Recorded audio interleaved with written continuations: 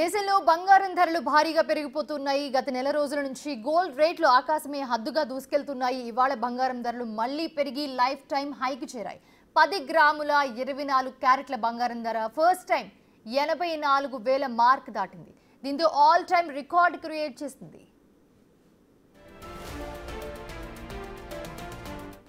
మరొక వైపు రేపు కేంద్ర ప్రభుత్వం బడ్జెట్ ప్రవేశపెట్టనుంది. బడ్జెట్ నేపథ్యంలో ఈ సంవత్సరం బంగారు ధరలు తగ్గుతాయా పెరుగుతాయా అనే ఉత్కంఠ అయితే ఏర్పడింది. నిజానికి గత బడ్జెట్ సందర్భంగా బంగారం ధర భారీగా తగ్గింది. ఈసారి మాత్రం బంగారం ధర భారీగా పెరిగే అవకాశాలు ఉన్నాయని నిపుణులు అంచనా వేస్తున్నారు. అంతర్జాతీయ పరిణామాలతో పాటు బడ్జెట్ మీద ఆధారపడి బంగారం ధరలు ఉంటాయని చెప్తూ ఉన్నారు.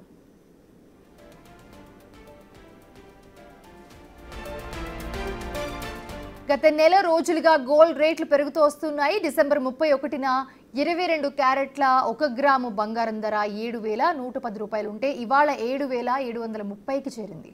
అంటే కేవలం నెల రోజుల వ్యవధిలో 620 రూపాయలు పెరిగింది.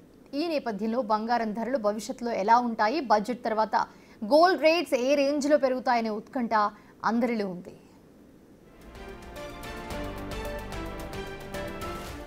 రెండు 2024 జూలైలో బడ్జెట్ ప్రవేశపెట్టాక బంగారం ధరలు ఒక్కసారిగా భారీగా పతనమయ్యాయి.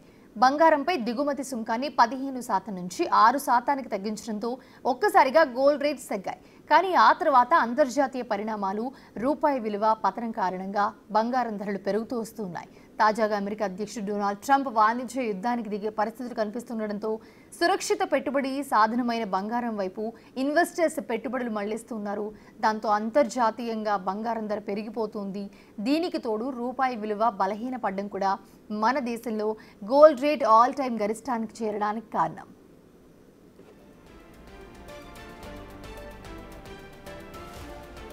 బంగారంపై దిగుమతి సుంకాలను ఇంకా తగ్గించాలని నగల పరిశ్రమ కేంద్రాన్ని కోరుతుంది. వరల్డ్ వైడ్గా కౌన్సిల్ కూడా బడ్జెట్లో సుంకాలు పెరిగితే పరిశ్రమపై ప్రతికూల ప్రభావం తప్పదని హెచ్చరిస్తోంది.